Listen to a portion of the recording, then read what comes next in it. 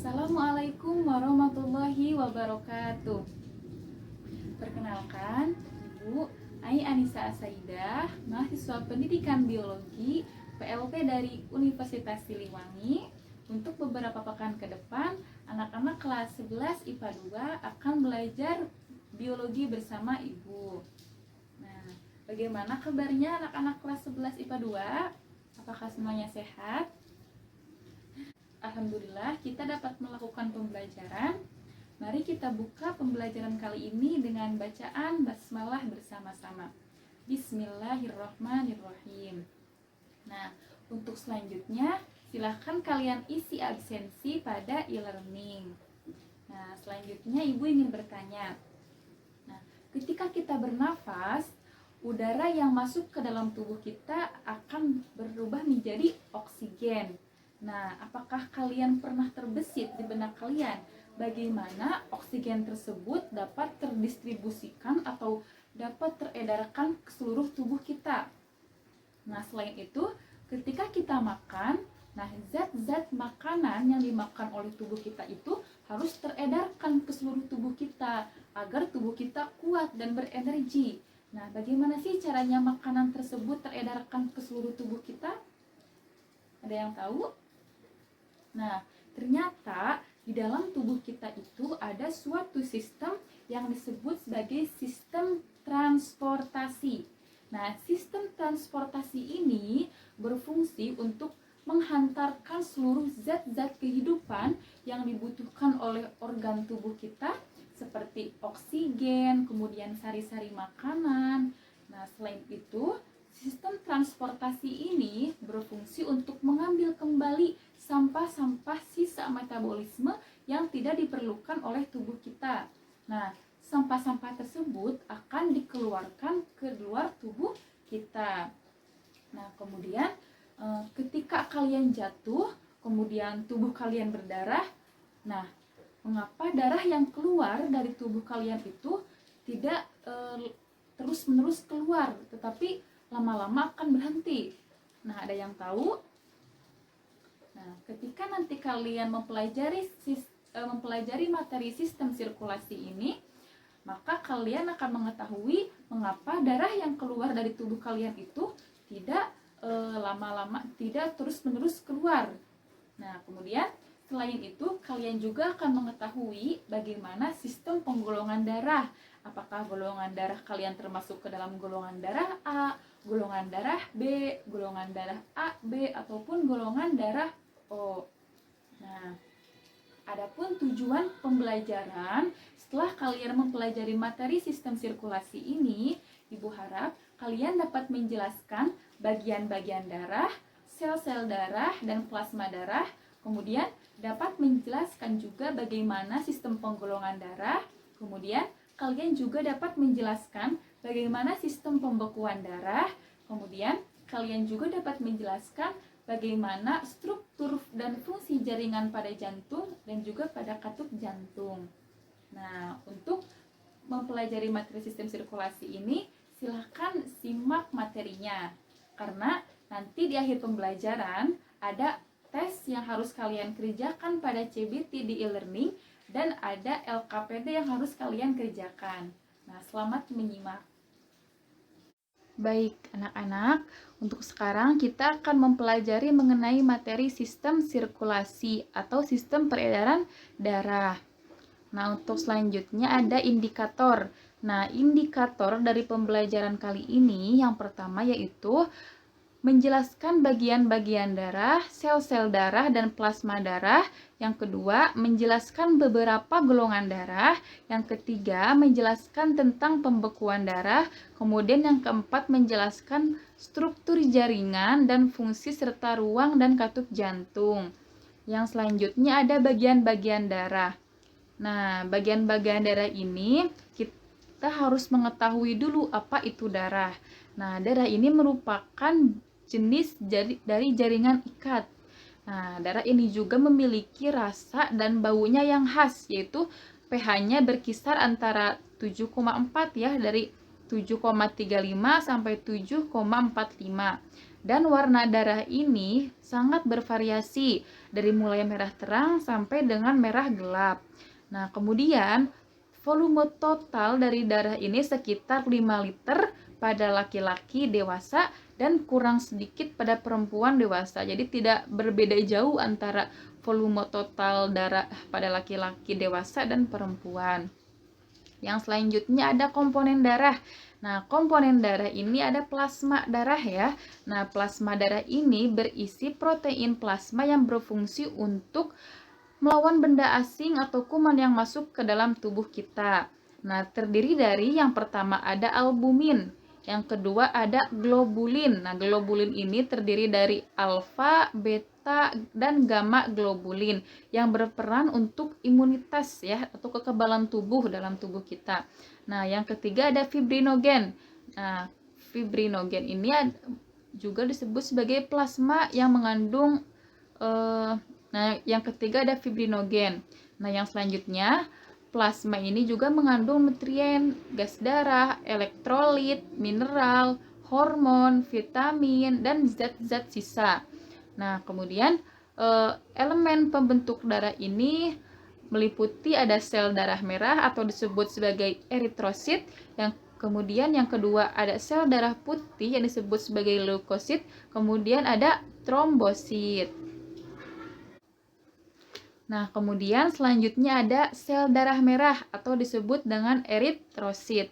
Nah, sel darah merah ini merupakan diskus yang bikonkav, bentuknya itu bulat dengan lekukan pada sentralnya dan berdiameter 7,6 μm.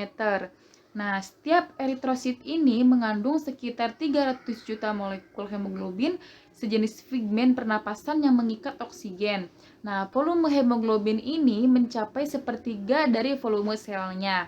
Nah, hemoglobin, apa sih itu hemoglobin? Hemoglobin adalah molekul yang tersusun dari suatu protein globulin yang terdiri dari 4 rantai polipeptida yang berfungsi untuk mengikat oksigen untuk diedarkan ke seluruh tubuh.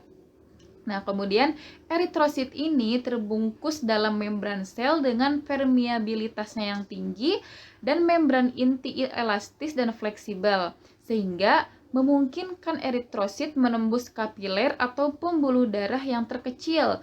Nah, eritrosit ini juga berperan dalam pengangkutan sari-sari makanan. Yang selanjutnya ada leukosit atau sel darah putih.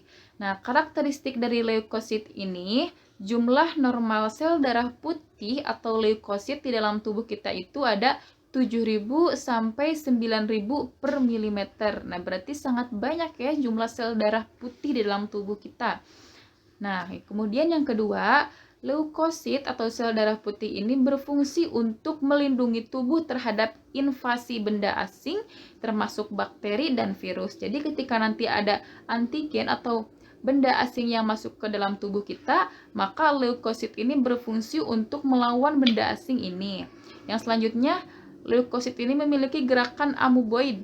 Nah, kemudian yang selanjutnya bersifat fagositosis, ya, bersifat melawan atau menghancurkan bakteri yang masuk ke dalam tubuh kita.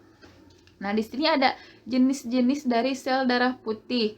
Yang pertama ada jenis selnya itu granulosit. Nah, granulosit ini terdiri dari eosinofil, basofil, dan neutrofil. Nah, eosinofil, yang pertama ada eosinofil. Nah, eosinofil ini bentuk selnya bisa dilihat ya.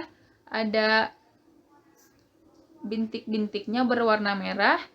Nah, karakteristik dari eosinofil ini mengandung granula ya yang berwarna merah. Ini yang seperti titik-titik ini disebut sebagai granula.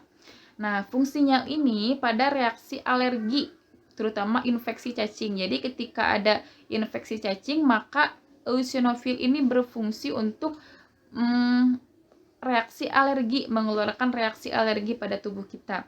Yang selanjutnya ada basofil. Nah, bisa dilihat gambar dari basofil, granulanya ini berwarna biru pada basofil ya.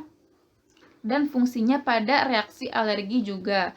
Yang selanjutnya ada neutrofil. Nah, neutrofil ini disebut juga sel-sel PMN atau polimorfonuklear. Nah, fungsinya ini sebagai fagosit atau menyerang patogen seperti tadi benda asing yang masuk ke dalam tubuh kita. Yang selanjutnya ada jenis sel yang agranulosit. Nah, jenis sel yang agranulosit ini terdiri dari limfosit. Nah, limfosit ini ada dua jenis sel, ada sel T dan ada sel B. Nah, kedua-duanya ini, sel B dan sel T ini berfungsi untuk imunitas dan kekebalan tubuh. Yang selanjutnya ada monosit. Nah, bisa dilihat ya, untuk ukuran monosit ini memang ukuran yang paling besar di antara jenis sel darah putih lainnya. Nah, fungsinya untuk mencerna sel-sel yang mati atau rusak dan membantu sistem kekebalan tubuh. Kemudian selanjutnya ada trombosit atau keping darah. Nah, trombosit atau keping darah ini merupakan fragmen sel tanpa nukleus atau tanpa inti sel yang berasal dari megakariosit raksasa yang multinukleus dalam sumsum tulang belakang. Nah, kemudian ukuran dari trombosit atau keping darah ini mencapai setengah dari ukuran sel darah merah dan sitoplasmanya terbungkus oleh suatu membran plasma. Yang selanjutnya ada sebagai hemostatis ya. Nah, keping darah ini berfungsi untuk hemostatis atau penghentian darah ketika ada pendarahan, maka keping darah ini berfungsi dalam hemostatis penghentian pendarahan dan perbaikan pembuluh darah yang robek. Yang selanjutnya ada sistem penggolongan darah. Nah, untuk mengetahui sistem penggolongan darah itu ada dua ya, ada sistem penggolongan ABO dan ada sistem penggolongan resus. Nah, untuk sistem penggolongan darah ABO ini diklasifikasikan berdasarkan ada tidaknya aglutinogen atau antigen tipe A dan antigen tipe B di dalam permukaan eritrosit ya atau sel darah merah, dan diklasifikasikan juga berdasarkan ada tidaknya aglutinin atau antibodi A dan B di dalam tubuh kita. Nah, untuk darah golongan A ya, yang memiliki darah golongan A itu berarti darahnya mengandung aglutinogen tipe A dan memiliki aglutinin tipe B. Nah, kemudian untuk golongan darah B itu darahnya mengandung aglutinogen B dan mengandung aglutinin A. Nah, kemudian untuk golongan darah AB itu darahnya tidak mengandung darahnya mengandung aglutinogen A dan B dan tidak mengandung aglutinin. Nah, untuk golongan darah O tidak mengandung aglutinogen tetapi mengandung aglutinin A dan B. Nah, yang selanjutnya selain penggolongan dari sistem ABO, ada juga penggolongan sistem RH atau resus. Nah, sistem resus ini adalah kelompok antigen lain yang diwariskan ke dalam tubuh manusia. Nah, antigen RHD ini adalah antigen yang terpenting dalam reaksi imunitas tubuh. Nah, sistem ini didasarkan oleh ada tidaknya aglutinogen di dalam darah. Nah, jika aglutinogen resus ditemukan pada individu, nah maka individu yang memilikinya itu disebut sebagai RH positif ya, atau darahnya disebut darah RH yang positif. Nah, jika aglutinogen resus tidak ditemukan pada individu, maka darah individu tersebut disebut sebagai RH negatif. Nah, ini merupakan contoh dari sampel darah ya. Nah, untuk golongan darah A, nah ketika itu ditetesi antiserum A tidak menggumpal, kemudian ditetesi antiserum B menggumpal, dan ditetesi antiserum AB tidak menggumpal. Yang selanjutnya ada golongan darah B. Nah, ketika ditetesi antiserum A itu menggumpal, kemudian untuk golongan darah ABO ketika ditetesi antiserum A, antiserum B dan antiserum AB itu tidak ada penggumpalan sama sekali, dan untuk golongan darah O itu ketika ditetesi antiserum A, antiserum B dan antiserum anti AB ini semuanya menggumpal. Yang selanjutnya ada mekanisme pembekuan darah. Nah, untuk mekanisme pembekuan darah ini trombosit berperan dalam mekanisme pembekuan darah seperti yang tadi Ibu jelaskan ya, trombosit atau keping darah. Nah, ketika trombosit pecah, maka trombosit ini akan mengeluarkan trombokinase. Nah, kemudian trombokinase ini dia dengan bantuan vitamin dan kalsium akan mengubah protombin menjadi tombin. Nah, kemudian tombin ini akan mengeluarkan fibrinogen. Nah, kemudian fibrinogen ini akan menjadi fibrin. Nah, fibrin ini yang berfungsi ataupun berperan dalam penyembuhan luka atau pemberhentian pendarahan ya. Nah, selanjutnya ada jantung. Nah, jantung ini merupakan organ utama dalam sistem sirkulasi darah karena jantung ini fungsinya untuk memompa darah ke seluruh tubuh kita.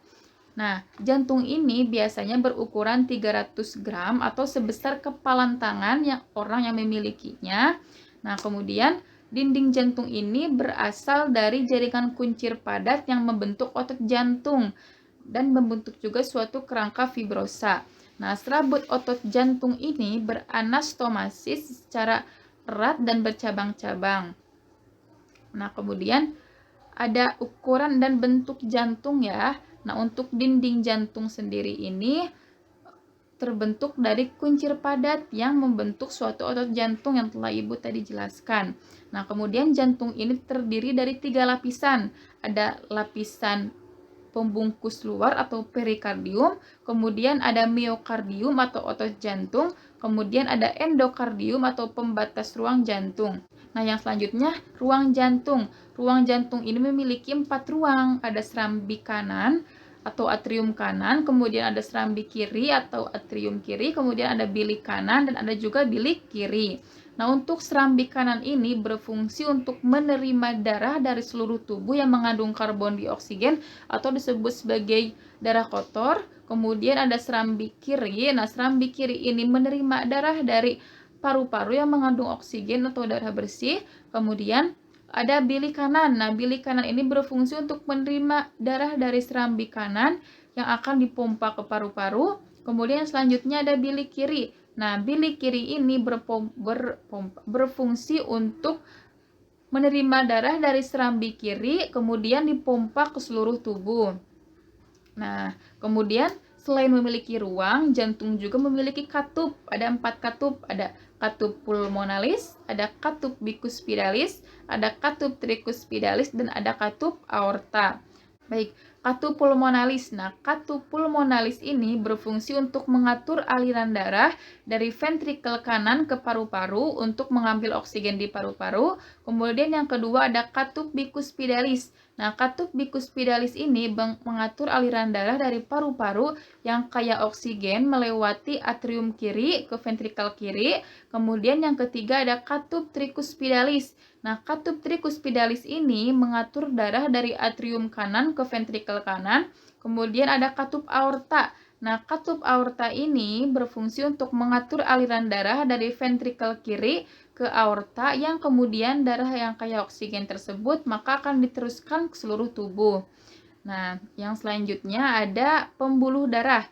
Nah, selain memiliki jantung, salah satu organ dari sistem sirkulasi darah ini memiliki pembuluh darah.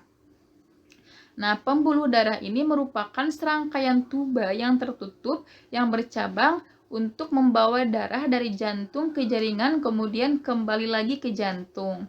Nah, pembuluh darah ini terdiri dari 3. Ada nadi atau arteri, kemudian ada pembuluh balik atau pembuluh vena, dan ada pembuluh darah kapiler. Yang pertama ada pembuluh darah nadi atau pembuluh darah arteri.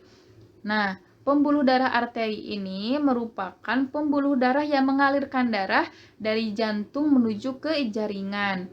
Nah, pada umumnya pembuluh darah arteri membawa darah yang banyak mengandung oksigen. Nah, kecuali pada arteri pulmonalis. Nah, karena pada arteri pulmonalis ini membawa darah yang banyak mengandung karbon dioksida dari ventrikel kanan jantung menuju paru-paru. Nah, arteri yang keluar langsung dari ventrikel kiri ini disebut sebagai aorta. Nah, percabangan aorta ini disebut arteri, kemudian percabangan arteri disebut sebagai arteriol. Yang selanjutnya ada pembuluh darah pembuluh darah balik atau pembuluh darah vena ya. Nah, pembuluh darah vena ini merupakan pembuluh darah yang mengalirkan darah mengandung karbon dioksida yang tinggi dari jaringan menuju jantung. Kemudian lapisan dinding vena itu seperti lapisan dinding arteri. Nah, tetapi otot polos dan serabut elastisnya lebih sedikit dan jaringan ikat fibrosanya juga lebih banyak. Nah, kemudian darah yang pada pembuluh vena ini lebih banyak mengandung karbon dioksida kecuali pada vena pulmonalis. Kemudian ada pembuluh darah kapiler. Nah, pembuluh darah kapiler ini merupakan saluran mikroskopik untuk pertukaran gas, nutrien, dan zat sisa di antara darah dan jaringan. Nah, kapiler ini menghubungkan antara arteriol dan venula. Kemudian, seluruh jaringan memiliki kapiler kecuali pada kartilago, rambut, kuku, dan kornea mata. Jadi seluruh bagian tubuh kita ini terdapat pembuluh darah kapiler kecuali pada tulang kartilago, pada rambut, pada kuku, dan pada kornea mata. Nah, kemudian pembuluh darah kapiler ini memiliki struktur yang lebih tipis dibandingkan pembuluh darah arteri dan vena. Nah, mungkin sekian materi yang Ibu sampaikan. Mudah-mudahan kalian dapat memahaminya.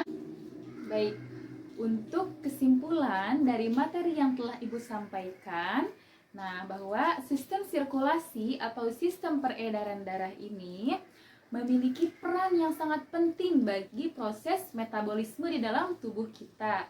Nah, zat-zat makanan yang telah dicerna oleh sistem pencernaan akan diedarkan ke seluruh tubuh oleh sistem peredaran darah. Kemudian, bagian-bagian darah. Nah, bagian-bagian darah ini tadi telah Ibu sampaikan bahwa ada sel darah merah atau eritrosit, kemudian ada sel darah putih atau leukosit, kemudian ada trombosit atau keping darah, dan ada juga plasma darah. Nah, selanjutnya untuk sistem penggolongan darah. Nah, sistem penggolongan darah ini ada dua. Ada sistem penggolongan darah ABO dan ada sistem penggolongan darah resus. Nah, untuk sistem penggolongan darah ABO itu ditentukan oleh ada tidaknya aglutinogen A dan B di dalam darah dan ada tidaknya aglutinin A dan B di dalam darah. Sedangkan untuk sistem penggolongan darah resus itu ditentukan oleh ada tidaknya protein resus dalam darah. Nah, selanjutnya untuk proses pembekuan darah. Nah, proses pembekuan darah ini melibatkan trombosit atau keping darah. Nah, trombosit ketika pecah dia akan mengeluarkan trombokinase. Nah, kemudian pembekuan darah ini juga melibatkan protombin dan fibrinogen. Nah, ketiga komponen dari trombosit, fibrinogen, dan fibrin ini akan sangat berpengaruh dalam pembekuan darah. Nah, selanjutnya untuk jantung. Nah, jantung ini merupakan organ dari sistem sirkulasi yang berfungsi untuk memompa darah ke seluruh tubuh kita. Nah, yang mana jantung ini memiliki 4 ruang, yaitu ada serambi kanan, ada serambi kiri, ada bilik kanan, dan bilik kiri. Nah, selain itu, jantung juga memiliki 4 katup. Ada katup pulmonalis, ada katup bicuspidalis, ada katup tricuspidalis, dan ada katup aorta. Nah, selain itu, di sistem sirkulasi ini memiliki pembuluh darah. Nah, pembuluh darah ini berfungsi untuk mengedarkan darah ke seluruh tubuh kita, yang mana pembuluh darah ini terdapat di bagian seluruh tubuh kita ya, karena fungsinya untuk mengedarkan darah ke seluruh tubuh. Nah, macam-macam pembuluh darah ini ada 3. Ada pembuluh darah arteri, ada pembuluh darah vena, dan ada pembuluh darah kapiler. Nah, kesimpulan materi telah Ibu sampaikan. Untuk selanjutnya, silahkan kalian juga buat kesimpulan materi di buku catatan kalian masing-masing agar kalian lebih mudah untuk memahami materinya. Untuk selanjutnya, silahkan kalian kerjakan post test ya di CBT e-learning yang telah Ibu upload. Silahkan kalian kerjakan dengan waktu yang telah Ibu tentukan di dalam e-learning dan kerjakan dengan tepat waktu. Nah, selain itu ada juga LKPD yang harus kalian kerjakan. Nah, LKPD ini terkait dari sistem sirkulasi yang telah Ibu jelaskan semuanya di dalam materi sistem sirkulasi. Silakan kalian kerjakan LKPD tersebut dan kumpulkan minggu depan di e-learning ya, paling lambat minggu depan. Nah, selanjutnya alhamdulillah untuk materi telah Ibu sampaikan, dan pada masa pandemi ini jangan lupa kalian untuk menjaga kesehatan ya, agar imunitas tubuhnya tetap kuat, agar terhindar dari berbagai penyakit, dan selalu jaga 3M-nya. Menjaga jarak, memakai masker, dan selalu mencuci tangan. Oke. Nah, mungkin kita tutup saja ya untuk pembelajaran. Alhamdulillahirabbil alamin. Semoga pembelajaran hari ini bermanfaat. Wassalamualaikum warahmatullahi wabarakatuh.